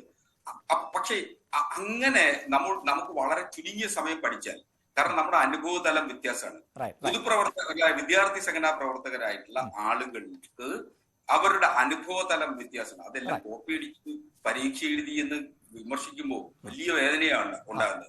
കാര്യം ഡോക്ടർ ഷിജു ഖാന്റെയും ഡോക്ടർ PK ബിജുവിന്റെയും ഡോക്ടർ ചിന്താ ജെറാമിന്റെയും ഒക്കെ ഡോക്ടറേറ്റുകൾ ഏതൊക്കെ തരത്തിൽ ഒപ്പിച്ചെടുത്തത് എന്ന് പറയുന്നത് വളരെ കറക്റ്റാണ്. അതുകൊണ്ടാണ് ഞാനിത് പറയുന്നത്. പക്ഷേ എന്തായാലും ശ്രീ ശശികുമാർ സാർ അടക്കം ചിന്താ ജെറോം പഠനകാലത്ത് മികവുറ്റു നിന്നിരുന്നു എന്നുകൂടി പറഞ്ഞത് താങ്കൾ വിസ്മരിക്കരുത്. ഞാൻ താങ്കളിലേക്ക് വരാം. ശ്രീ രോഹിത്, അദ്ദേഹം സംസാരിച്ചുകൊണ്ടിരുന്നപ്പോൾ പൂർത്തീകരിക്കാൻ സാധിച്ചില്ല. അതാണ് ഈ ചിലരെ ഇങ്ങനെ ഒറ്റപ്പെടുത്തുന്ന തരത്തിലേക്ക് കാര്യങ്ങൾ പോവുകയാണോ, ടാർഗറ്റ് ചെയ്ത് ആക്രമിക്കുകയാണോ ഇപ്പോൾ ഉണ്ടായിട്ടുള്ളത്? അല്ല, ഞാൻ നേരത്തെ സൂചിപ്പിച്ചല്ലോ, രാജ്യത്ത് സംഘപരിവാർ ഉന്നത വിദ്യാഭ്യാസ മേഖലയും ഭരണഘടനാ സ്ഥാപനങ്ങളെയും സംഘവൽക്കരിക്കുന്നു എന്ന് പറയുന്നവരാണല്ലോ നമ്മള്. ഈ കേരളത്തിൽ കഴിഞ്ഞ 8 വർഷക്കാലം നടന്നുകൊണ്ടിരിക്കുന്നത് ഈ ഭരണഘടനാ സ്ഥാപനങ്ങളെ മുഴുവൻ മാർക്സിസ്റ്റ് വൽക്കരിക്കുകയാണ്. ഇപ്പൊ ഇവിടെ അസ്കർ അവരുടെ നേതാക്കന്മാരുടെയും അവരുടെ ബന്ധുക്കളുടെയും ഒക്കെ ഉന്നത വിദ്യാഭ്യാസം സംബന്ധിച്ചും അവരുടെ സമരത്തെയും ശ്രീ രോഹിത്, ദയവായി ക്ഷമിക്കുക, താങ്കൾ പറയുന്നത് ഉദാഹരണം പറയാം. ശ്രീ രോഹിത്, ദയവായി ക്ഷമിക്കുക, താങ്കൾ പറയുന്നത് വ്യക്തമാകുന്നില്ല, അതുകൊണ്ടാണ്. ക്ഷമിക്കുക. ശ്രീജിത്ത് പണിക്കർ ഇവിടെ സൂചിപ്പിക്കുന്നത് പോലെ പല മേഖലകളിൽ ഉള്ളവർ ഇത്തരത്തിൽ ബിരുദവും അല്ലെങ്കിൽ ബിരുദാനന്തര ബിരുദവും പല വിഷയങ്ങളിൽ അടക്കം നേടുന്ന സാഹചര്യമുണ്ട്. ഡോക്ടറേറ്റ് അടക്കം നേടുന്ന സാഹചര്യമുണ്ട്. അതിൽ തന്നെ വൈവിധ്യമാർന്ന വിഷയങ്ങൾ തേടുന്ന ആളുകൾ ഉണ്ട്. രാഷ്ട്രീയം എന്നത് ഒരു സേവനമായി മുന്നോട്ട് കൊണ്ടുപോകുന്ന ആളാണ് ചിന്താ ജെറോം. മാത്രവുമല്ല, ഇപ്പോൾ ഈ യുവജന ക്ഷേമ കമ്മീഷൻ എന്ന നിലയിൽ അങ്ങനെയൊരു പദവിയും അലങ്കരിക്കുന്നുണ്ട്. പക്ഷേ അതുകൊണ്ട് മാത്രം ഇവർക്ക് അക്കാദമികമായ യോഗ്യതയില്ല എന്ന് പറയുന്ന തരത്തിലേക്കാണ് ഇതിനെ നോക്കിക്കാണുന്നത് എന്നാണ് ഒരു പക്ഷത്ത് പറയുന്നത്. പക്ഷേ അതിനെ ഞാൻ ആവർത്തിച്ചു പറയുന്നു, ഇത് വിശാലമായ അർത്ഥത്തിൽ ചർച്ച ചെയ്യപ്പെടേണ്ട ചിന്ത എന്ന വ്യക്തിക്ക് അപ്പുറത്തേക്ക് നമ്മുടെ ഉന്നത സർവകലാശാലകൾ മികവുറ്റതല്ല എന്ന വിമർശനം ചില കോണുകളിൽ നിന്ന് അത് രാഷ്ട്രീയമാണ് എന്ന് ആക്ഷേപിക്കുമ്പോൾ തന്നെയാണ് ഈ വിഷയങ്ങൾ ചർച്ച ചെയ്യപ്പെടുന്നത് എന്നതിനെ തള്ളിക്കളയാൻ സാധിക്കുമോ? തീർച്ചയായിട്ടുമില്ല അഭിലാഷ്. ഞാൻ ആദ്യ ഭാഗത്തിൽ പറയാൻ ശ്രമിച്ചതും നോക്കൂ, ഇവിടുത്തെ ഒരു പ്രധാനപ്പെട്ട കാര്യം, ഇത് കേവലം ഒരു ചിന്താ ജെറോമിന്റെ വിഷയം മാത്രമല്ല. കാരണം അതുകൊണ്ട് തന്നെയാണ് ഞാൻ പറഞ്ഞത്, ഇതുവഴി അപഹാസ്യമാകുന്നത് കേവലം ഈ റിസർച്ച് തീസീസ് ഉണ്ടാക്കിയിരിക്കുന്ന വ്യക്തി മാത്രമല്ല, അതിന് മെന്റർ ചെയ്തിരിക്കുന്ന ആള്, ഗൈഡ്, അതിന് ആരൊക്കെ സഹായിച്ചിട്ടുണ്ടോ അവര്, ആ സർവകലാശാല, ഒപ്പം ആ സർവകലാശാല ഒരു ഗവൺമെന്റ് കൺട്രോൾഡ് സർവകലാശാല ആയതുകൊണ്ട് സർക്കാരിന് കൂടിയാണ് അതിന്റെ നാണക്കേടും ക്ഷീണവും ഉണ്ടാകേണ്ടത്. തന്നെയുമല്ല, ഇതിൽ മറ്റൊരു പ്രശ്നം കൂടിയുണ്ട്. കാരണം ഈ ഒരു എക്സ്റ്റൻഡഡ് ലയബിലിറ്റി എന്ന് പറയുമ്പോൾ ഏത് യൂണിവേഴ്സിറ്റിയിൽ നിന്നാണോ ഇത് അവാർഡ് ചെയ്യുന്നത്, ആ യൂണിവേഴ്സിറ്റികളിൽ നിന്ന് വളരെ കൃത്യമായ രീതിയിൽ മെനക്കെട്ട് ഇത്തരത്തിലുള്ള റിസർച്ച് തീസീസ് ഒക്കെ സബ്മിറ്റ് ചെയ്തിട്ട് ഡോക്ടറേറ്റ് കിട്ടിയിരിക്കുന്ന മറ്റനേകം ആൾക്കാർ കൂടിയുണ്ട്. അപ്പൊ അവര് സമൂഹത്തിൽ നേരിടാൻ പോകുന്ന എന്താണ്, നിനക്ക് കിട്ടിയത് മറ്റേ ആളിന് കിട്ടിയിരിക്കുന്ന യൂണിവേഴ്സിറ്റിയിൽ നിന്നല്ലേ എന്നൊരു ചോദ്യം ഉണ്ടാവില്ലേ? അപ്പൊ ഇത് എത്രത്തോളം ആൾക്കാർക്ക് മൊത്തത്തിൽ അപഹാസ്യരാക്കാൻ വേണ്ടിയിട്ടുള്ള ഒരു വിഷയമാണ് എന്നുള്ളത് ചിന്തിക്കേണ്ടതാണ്. ഇനി പഠിക്കുന്ന സമയത്ത് ഒരാൾ പഠനത്തിൽ മികവ് കാട്ടി എന്നതുകൊണ്ടോ JRF കിട്ടി എന്നതുകൊണ്ടോ മണ്ടത്തരം അല്ലാതെ ആകുന്നില്ല. നമ്മൾ അതൊക്കെ എത്ര രീതിയിലുള്ള വലിയ ഡിഫൻസ് ഇവിടെ കൊണ്ടുവന്നാലും ഇത് തയ്യാറാക്കിയിരിക്കുന്ന ആൾ 8ാം ക്ലാസ്സിൽ തോറ്റയാളാണെന്ന് പറഞ്ഞാലോ അല്ലെങ്കിൽ PhD അല്ലെങ്കിൽ ഈ പറഞ്ഞതുപോലെ JRF കിട്ടിയ ആളാണ് എന്ന് പറഞ്ഞാലോ ഒന്നും കാര്യമില്ല. നിങ്ങൾ അവിടെ നോക്കുന്നത് ഈ ആളിന്റെ പഴയ ക്വാളിഫിക്കേഷനോ അയാൾ എത്രത്തോളം മിടുക്കനോ മിടുക്കിയോ ആയിരുന്നു പഠിക്കാൻ, JRF കിട്ടിയിട്ടുണ്ടോ, ഈ കാര്യങ്ങളൊന്നും പരിഗണിച്ചുകൊണ്ടല്ല. അവിടെ ഒരു റിസർച്ച് തീസീസ് പരിഗണിക്കുമ്പോൾ അതിന് കൃത്യമായിട്ടുള്ള മാനദണ്ഡങ്ങളുണ്ട്. ആ മാനദണ്ഡങ്ങൾ വിലയിരുത്തിയതിന് ശേഷം വേണം അതിന് അവാർഡ് ചെയ്യാൻ ഇത്തരത്തിലുള്ള ഡോക്ടറേറ്റും മറ്റും. അപ്പൊ അതുകൊണ്ട് മണ്ടത്തരം എന്ന് പറയുന്നതിനെ ഡിഫെൻഡ് ചെയ്യുന്നതിന് വേണ്ടിയിട്ട് ഇതൊന്നും ഉപയോഗിച്ചിട്ട് കാര്യമില്ല. ഇനി താൻ കോപ്പി അടിച്ചതല്ല എന്നും ആശയം ഉൾക്കൊണ്ടതാണ് എന്നും ചിന്താ ജെറോം പറയുന്നത് കേട്ടു. അത് നമ്മൾ ഇവിടെ ഒരു ട്രോളായിട്ട് ചിലപ്പോൾ സിനിമകളിലൊക്കെ ഡയലോഗ് വരുന്നുണ്ട്, ഞാൻ കുനിഞ്ഞതല്ല സാഷ്ടാംഗം പ്രണമിച്ചതാണ് എന്നൊക്കെ. നമ്മുടെ നാട്ടിൽ പല ഭാഷകളിൽ നിന്നുള്ള, കൊറിയൻ ഉൾപ്പെടെയുള്ള പല ഭാഷകളിൽ നിന്നുള്ള സിനിമകൾ പലപ്പോഴും അതേപടി സീൻ ബൈ സീൻ കോപ്പി ചെയ്ത് ഇവിടെ വരാറുണ്ട്. പക്ഷെ ആൾക്കാരൊക്കെ പറയുന്നതാണ് ഇൻസ്പിറേഷൻ ആയിരുന്നു ഈ സിനിമകൾ എന്നാണ്. ഇത് പിടിക്കപ്പെടുമ്പോൾ പറയുന്ന ഒരു ഡിഫൻസ് ആണ്. നമ്മുടെ നാട്ടിലുള്ള കുറേയധികം സൂപ്പർ ഹിറ്റ് ആയിട്ടുള്ള സിനിമകൾ പോലും ഈ കാറ്റഗറിയിലുണ്ട്. അപ്പൊ ഇത് പിടിക്കപ്പെടുന്ന വേളയിൽ നമുക്ക് അത് എന്നെ ഇൻസ്പയർ ചെയ്തിട്ടുണ്ട് എന്ന് പറഞ്ഞാൽ ഇത് രണ്ടും കണ്ടിട്ടുള്ള ആൾക്കാരെ സംബന്ധിച്ചിടത്തോളം അത് ഈച്ച കോപ്പിയാണെന്ന് പറയും. അപ്പൊ ഈ ഗവേഷണം എന്ന് പറയുന്ന കാര്യം വളരെ കൂടുതലായിട്ട് പകർത്തുന്നതും നിയമപരമായി അടക്കം നിലനിൽക്കുന്നതല്ല എന്ന് തോന്നുന്നു. അല്ല, ആശയം കോപ്പി അടിക്കാൻ കഴിയില്ല. പക്ഷെ ഞാൻ പറയുന്നത് ഇവിടെ നമ്മൾ ഈച്ച കോപ്പി എന്ന് പറയുമ്പോൾ മറ്റുള്ള ഒരിടത്തു നിന്ന് ഓൾമോസ്റ്റ് അതേ സംഭവം അങ്ങനെ തന്നെ എടുത്തു വെക്കുന്നതാണ്. അപ്പൊ ഇവിടുത്തെ പ്രധാനപ്പെട്ട കാര്യം നമ്മൾ ആലോചിക്കേണ്ടത്, ഈ ഗവേഷണം നടത്തുന്ന ഏതൊരാളിനെ സംബന്ധിച്ചിടത്തോളം അവരുടെ അനലിറ്റിക്കൽ സ്കിൽ എന്ന് പറയുന്നതിന് വളരെയധികം പ്രാധാന്യമുണ്ട്. അപ്പൊ അത്തരത്തിലുള്ള ഒരു അനലിറ്റിക്കൽ സ്കിൽ കൃത്യമായിട്ട് നമ്മൾ ഒരു സോഴ്സിൽ നിന്ന് കോപ്പി ചെയ്യുന്ന സമയത്ത് പോലും കൃത്യമായ രീതിയിൽ അനലിറ്റിക്കൽ സ്കിൽ ഉപയോഗിച്ചിരുന്നുവെങ്കിൽ അതിനെ മറ്റൊരു രീതിയിലേക്ക് പരിഭാഷപ്പെടുത്തിയോ അതിന് ഒരു അർത്ഥവ്യത്യാസമൊക്കെ ഏതെങ്കിലും രീതിയിൽ പ്രകടമായിട്ട് വരാത്ത രീതിയിൽ അതിന് മാറ്റിയതിനു ശേഷം അതിനെ അവതരിപ്പിക്കാൻ കഴിയുമായിരുന്നു. ഇവരുടെയൊക്കെ പ്രശ്നം എന്താണെന്നറിയോ, നമ്മുടെ രാഷ്ട്രീയക്കാരായിട്ടുള്ള പല ആൾക്കാരുടെയും ഈ PhD ഒക്കെ സംശയാസ്പദമായി വരുന്നതിന്റെ പ്രധാനപ്പെട്ട കാര്യം ഈ അനലിറ്റിക്കൽ സ്കില്ലൊന്നും ഇവര് പൊതുപ്രസംഗങ്ങളിലോ ലേഖനങ്ങളിലോ ഒന്നും തന്നെ ഉപയോഗിക്കാറില്ല എന്നുള്ളതാണ്. അപ്പൊ സ്വാഭാവികമായിട്ടും ആൾക്കാർക്ക് ഇത്തരത്തിലുള്ള ഒരു സംശയം ഉണ്ടാകുന്നു. സർവകലാശാലകളുടെ വിശ്വാസ്യത ഇവിടെ ചോദ്യം ചെയ്യപ്പെടുന്നു. ഇത് പല മേഖലകളിലും നമ്മൾ കാണുന്നതാണ്. ഞാനൊക്കെ വളരെ വൈകി 4-വീലർ ലൈസൻസ് എടുത്തിരിക്കുന്ന ആളാണ്. അപ്പോ ആ സമയത്ത് ആൾക്കാർ എന്റെ അടുത്ത് ചോദിക്കുമായിരുന്നു, എന്താ ഈ ലൈസൻസ് എടുക്കാൻ പോയിട്ട് പരാജയപ്പെട്ടിട്ട് കിട്ടാത്തത് കൊണ്ടോ ആണോ, ആണെങ്കിൽ നമുക്ക് തമിഴ്നാട്ടിൽ നിന്ന് ലൈസൻസ് എടുക്കാം എന്ന് പറയുന്ന ഒരു പരിപാടി ഉണ്ടായിരുന്നു. എന്ന് വെച്ച് കഴിഞ്ഞാൽ നിങ്ങൾ ടെസ്റ്റിന് പോലും പോകേണ്ട, നമുക്ക് തമിഴ്നാട്ടിൽ നിന്ന് ലൈസൻസ് കിട്ടും, കുറച്ച് പൈസ കൊടുത്താൽ മതി എന്ന് പറഞ്ഞാൽ അതിന് സമാനമായിട്ട് നമ്മളുടെ ഈ ധിഷണയെ നിയന്ത്രിക്കുന്ന അല്ലെങ്കിൽ നമ്മുടെ ഇന്റലക്റ്റിനെ കൺട്രോൾ ചെയ്യുന്ന ഒരു വിഷയത്തിൽ ഇതൊക്കെ കടന്നുകൂടുക എന്ന് പറഞ്ഞാൽ എത്ര വലിയ പ്രശ്നമാണ്. നമ്മുടെ നാട്ടിലെ വിദ്യാഭ്യാസ മന്ത്രി തന്നെ പറഞ്ഞതല്ലേ, കഴിഞ്ഞ വർഷത്തെ പോലെയല്ല ഈ വർഷം നിലവാരമുള്ള A+ ആണ് കിട്ടിയതെന്ന്.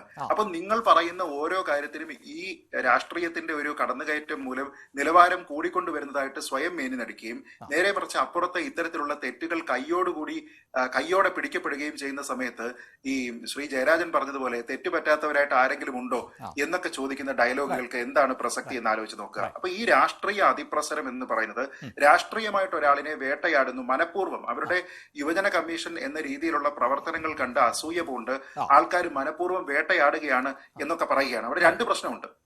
ഒന്ന്, ആ രീതിയിൽ ചെയ്തിരിക്കുന്ന നേട്ടം എന്താണ് എന്നുള്ള ഒരു ചോദ്യമുണ്ട്.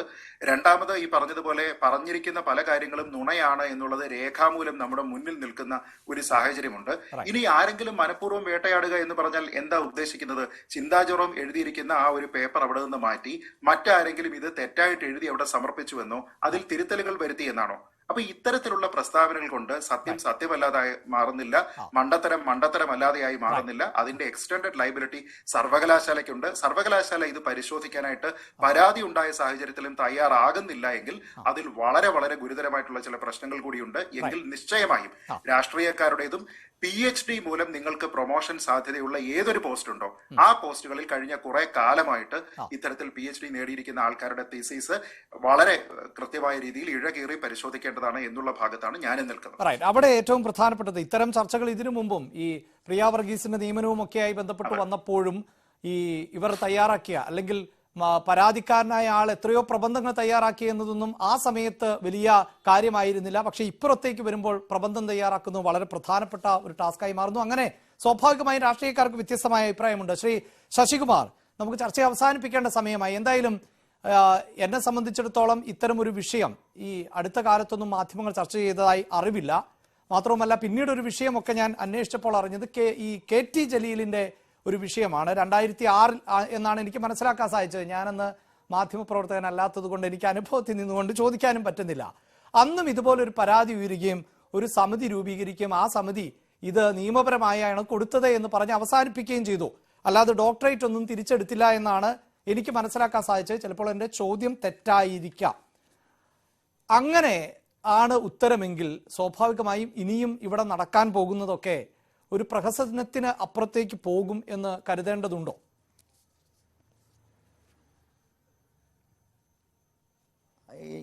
ആ സംശയം തീർച്ചയായിട്ടും ഞങ്ങൾക്കും ഉണ്ട്. കാരണം ഞാൻ അതിനു മുമ്പ് ഒരു കാര്യം പറയട്ടെ. ഈ ചിന്താ ജെറോം ഇന്നത്തെ പത്രസമ്മേളനത്തിൽ പറഞ്ഞു ഒരു വനിത എന്ന നിലയിൽ ആക്രമിക്കാം. തീർച്ചയായിട്ടും അങ്ങനെയല്ല. ഒരു വനിത എന്ന നിലയിലല്ല, വനിതയായാലും പുരുഷനായാലും തെറ്റ് ചെയ്ത് കഴിഞ്ഞാൽ അത് ചൂണ്ടിക്കാണിക്കുക തന്നെ ചെയ്യും. PhD കിട്ടുന്നതിന് വനിതയെന്നോ പുരുഷനെന്നോ എന്നുള്ള വ്യത്യാസമൊന്നുമില്ല. മറ്റൊന്ന്, നമ്മുടെ ഹക്സർ പറഞ്ഞതിനൊരു മറുപടി പറയാതിരിക്കാൻ നോക്കില്ല. ഞാൻ ഈ ബോധപൂർവം 1-2 യുവജന നേതാക്കളുടെ പേര് പറഞ്ഞു എന്ന് പറയും. ഞങ്ങൾ ആ തരത്തിലല്ല പറയുന്നത്. കാരണം ഞങ്ങളുടെ സമിതി പരിശോധിച്ചതിന് ശേഷം ഓർമ്മയുണ്ടാവും, ഡോക്ടർ വീരമണികണ്ഠൻ UDFന്റെ കാലം നിയമിച്ച കോൺഗ്രസ് അനുഭാവിയായ ഒരു സംഘടനാ പ്രവർത്തനം കൂടിയായിരുന്ന ആളാണ് വീരമണികണ്ഠൻ. അദ്ദേഹം കേരള സർവകലാശാല പ്രോ വൈസ് ചാൻസലർ ആയിരുന്നു. അദ്ദേഹത്തിൻ്റെ PhD കാലിക്കറ്റ് സർവകലാശാല നൽകിയതാണ്. 45% പ്ലേജറിസം ഉണ്ടെന്ന് കണ്ടെത്തി. അത് ഫിസിക്കൽ വെരിഫിക്കേഷനിൽ കണ്ടെത്തി. പക്ഷേ നിർഭാഗ്യവശാൽ അദ്ദേഹത്തിൻ്റെ തീസിസ് പരിശോധിച്ച് ഡിഗ്രി പിൻവലിക്കാൻ തീരുമാനിച്ചപ്പോൾ അദ്ദേഹം കോടതിയിൽ വന്ന് സ്റ്റേ വാങ്ങിച്ച് ഇന്നും ആ സ്റ്റേ വെക്കേറ്റ് ചെയ്തിട്ടില്ല. കാരണം ഇദ്ദേഹം കാലുമാറി CPMന്റെ ഒരു അനുഭാവിയായി മാറി. അതോടുകൂടി സ്റ്റേ ഇപ്പോഴും കോടതി നിൽക്കുകയാണ്, ആയിട്ടില്ല. 1. 2, KT ജലീലിന്റെ കേസ് പറഞ്ഞു. വാര്യംകുന്ന് ഹാജിയെക്കുറിച്ച് അദ്ദേഹം മലബാർ ലഹളയിൽ അദ്ദേഹത്തിൻ്റെ റോള്, വാസ്തവത്തിൽ അതൊരു റിസർച്ചിനുള്ള വിഷയമല്ല. അദ്ദേഹത്തിൻ്റെ റോളിനെ കുറിച്ച് ഇദ്ദേഹം കണ്ടെത്തേണ്ട കാര്യങ്ങളൊന്നുമില്ല. പക്ഷേ അത് മുഴുവനും 655 കോട്ടി റെഫറൻസുകളാണ്. അതിനകത്ത് അദ്ദേഹത്തിൻ്റെ ആയിട്ട് ഒരു ഫൈൻഡിങ്ങും ഇല്ല. ഈ കാര്യങ്ങൾ കാണിച്ച് ഗവർണർക്ക് പരാതി കൊടുത്തു. അതിനെക്കുറിച്ച് വൈസ് ചാൻസലർ കേരള സർവകലാശാല പരിശോധിച്ചിട്ട് അതിൽ യാതൊരു കുഴപ്പമില്ല എന്നാണ് കണ്ടെത്തിയത്. അതേപോലെ തന്നെ ഈ അടുത്ത ദിവസങ്ങളിൽ ഷീല മുല്ലശ്ശേരി എന്ന് പറയുന്ന ഒരു കുട്ടി KSUവിൻ്റെ ഒരു പ്രവർത്തകയായിരുന്നു, കോൺഗ്രസ് പ്രവർത്തകയായിരുന്നു. അവരെ CPMന്റെ സിൻഡിക്കേറ്റ് അവിടെ കണ്ടെത്തി. ഇവരെ 3 അംഗ പ്രൊഫസർമാരുടെ കമ്മിറ്റി വെച്ച് പരിശോധിച്ചു. കോപ്പി അടിയാണ് പൂർണ്ണമായും. പക്ഷേ ഇപ്പോൾ അവര് യൂണിവേഴ്സിറ്റിയിലെ CPMന്റെ സംഘടനയിലേക്ക് ആളായി മാറിക്കഴിഞ്ഞപ്പോൾ അവർ അസിസ്റ്റന്റ് പ്രൊഫസറായിട്ട് നിയമിച്ചിരിക്കുകയാണ്. ഞാൻ ഈ പറഞ്ഞു വരുന്നതെന്ന് വെച്ചാൽ LDFലേക്ക് മാറിക്കഴിഞ്ഞാൽ എല്ലാവരും ബുദ്ധിജീവികളായി മാറും. അതുകൊണ്ടാണ് ഞാൻ പറയുന്നത്, നേരത്തെ ഹക്സർ പറഞ്ഞ പോലെ ഞങ്ങളുടെ ചുണക്കുട്ടന്മാരെല്ലാം PhD എടുക്കുന്നതെല്ലാം തന്നെ ഔട്ട് ഓഫ് ദ വേരാണ്. അങ്ങനെ എടുക്കണമെങ്കിൽ അവർക്ക് ഉദ്ദേശിക്കുന്ന വൈസ് ചാൻസലറും ഉദ്ദേശിക്കുന്ന പ്രോ വൈസ് ചാൻസലറുമാണ്. അതുകൊണ്ടാണ് വൈസ് ചാൻസലർമാർ ഞങ്ങൾക്ക് വേണമെന്ന നിലയിൽ നിൽക്കുന്നതും ഗവർണറെ ചാൻസലർ സ്ഥാനത്ത് മാറ്റാൻ ശ്രമിക്കുന്നത്. ഇപ്പോൾ വളരെ ബോധ്യപ്പെട്ടല്ലോ എന്തിനു വേണ്ടിയാണ് വൈസ് ചാൻസലർമാർ നിഷ്പക്ഷമായിരുന്നാൽ ഇത്തരത്തിലുള്ള അവിധമായ കാര്യം നടക്കില്ല. എങ്കിൽ വീണ്ടും ഞാൻ ആവർത്തിക്കുന്നു, നമുക്ക് ഇത്തരത്തിൽ ഇപ്പോൾ ചിന്തയുടെ ഈ ഇഷ്യൂ ഒരു പുതിയ തുടക്കമായി കുറിക്കാം. ഇനിയെങ്കിലും ആളുകളിൽ ഒരു ബോധമുണ്ടാക്കട്ടെ, സർവകലാശാല അധികൃതർ ബോധമുണ്ടാകട്ടെ. ചിന്ത ഉൾപ്പെടെ മുൻകൈ എടുത്തുകൊണ്ട് ഈ തീസിസുകളെല്ലാം കഴിഞ്ഞ 10 വർഷ തീസികൾക്ക് അക്കാഡമിക് ഓഡിറ്റ് നടത്തുവാൻ തയ്യാറായാൽ തീർച്ചയായിട്ടും ഉന്നത വിദ്യാഭ്യാസ രംഗത്ത് തീർച്ചയായിട്ടും നല്ലൊരു ഭാവി ഉണ്ടാവും എന്നുള്ളൊരു പ്രതീക്ഷയാണ് ഞങ്ങൾക്കുള്ളത്. തീർച്ചയായും ശ്രീ രോഹിത്, എന്തായാലും ശശികുമാർ സാർ പറയുന്നത് പോലെ പാർട്ടി മാറിയില്ലെങ്കിൽ അല്ലെങ്കിൽ ബിരുദം ചിലപ്പോൾ കയ്യിലിരിക്കുന്ന ഒരു സാഹചര്യമൊക്കെയാണ് അദ്ദേഹം സൂചിപ്പിച്ചത്. എനിക്കതിനെക്കുറിച്ച് അറിയില്ല. താങ്കൾ എന്തായാലും ഇപ്പോൾ കോൺഗ്രസ് നേതാവായതുകൊണ്ട് ഇതിനോട് യോജിക്കുന്നുണ്ടോ? അതായത് നമുക്ക് കഴിഞ്ഞ കുറെ കാലങ്ങളിലെ ഈ പ്രബന്ധവും ഡോക്ടറേറ്റും ഒക്കെ പരിശോധിക്കുന്നതിനോട് യോജിക്കുന്നുണ്ടോ? അല്ല, ഞാനിതിൽ സൂചിപ്പിക്കുന്നത് ഈ ചിന്തയുടെ വിഷയം കേവലം ഈ ചങ്ങമ്പുഴയിലും അതുപോലെ തന്നെ വാഴക്കുലയിലും വൈലോപ്പള്ളിയിലും മാത്രം കൊണ്ട് കെട്ടരുത്. ഇത് കേരളത്തിന്റെ ഉന്നത വിദ്യാഭ്യാസ മേഖലയുടെ തകർച്ചയിലേക്കാണ് വിരൽ ചൂണ്ടുന്നത്. ഞാൻ ഒരു കാര്യം, ഒരു 2 മിനിറ്റ് എനിക്ക് തരണം. ഇതില് ഈ ഓപ്പൺ ഡിഫൻസിലും അതുപോലെ തന്നെ ഗൈഡ് ഉൾപ്പെടെയുള്ള ആളുകൾ അതൊന്നും കണ്ടെത്താത്തത്, അതിലെ ഏറ്റവും പ്രധാന ഘടകമെന്ന് പറയുന്നത് ഇവർ അക്നോളജ് ചെയ്തിരിക്കുന്നത് പിണറായി വിജയനും അതുപോലെ തന്നെ M സ്വരാജിനും ഗോവിന്ദ മാസ്റ്റർക്ക് ഉൾപ്പെടെയുള്ള CPMന്റെ നേതാക്കന്മാർക്കാണ്. ആ പേരുകൾ കാണുമ്പോൾ തന്നെ ഇത്തരം ഒരു PhD അവതരിപ്പിക്കുന്ന ആൾക്ക് ഇവർ കാലെ കൂട്ടി ഇവര് ഡോക്ടറേറ്റ് കൊടുക്കുമെന്നുള്ള യാതൊരു തർക്കവുമില്ല. ഇനി ഇതൊക്കെ അന്വേഷിക്കേണ്ടത് ഉന്നത വിദ്യാഭ്യാസ വകുപ്പും അതുമായി ബന്ധപ്പെട്ട മന്ത്രിമാരുമാണ്. ആ മന്ത്രിയെ സംബന്ധിച്ച് തന്നെ വലിയ വലിയ വിവാദങ്ങൾ കേരളത്തിൽ ഉണ്ടായതാണ് ഇന്നത്തെ ഉന്നത വിദ്യാഭ്യാസ മന്ത്രിയെ കുറിച്ചും. ഇനി ഇതിന്റെ മുമ്പ് ഇരുന്ന ഉന്നത വിദ്യാഭ്യാസ മന്ത്രിയായ KT ജലീലിനെ സംബന്ധിച്ച് മാർക്ക് വിവാദം ഉൾപ്പെടെയുള്ള നിരവധി കാര്യങ്ങൾ വിവാദമായി വന്നതാണ്.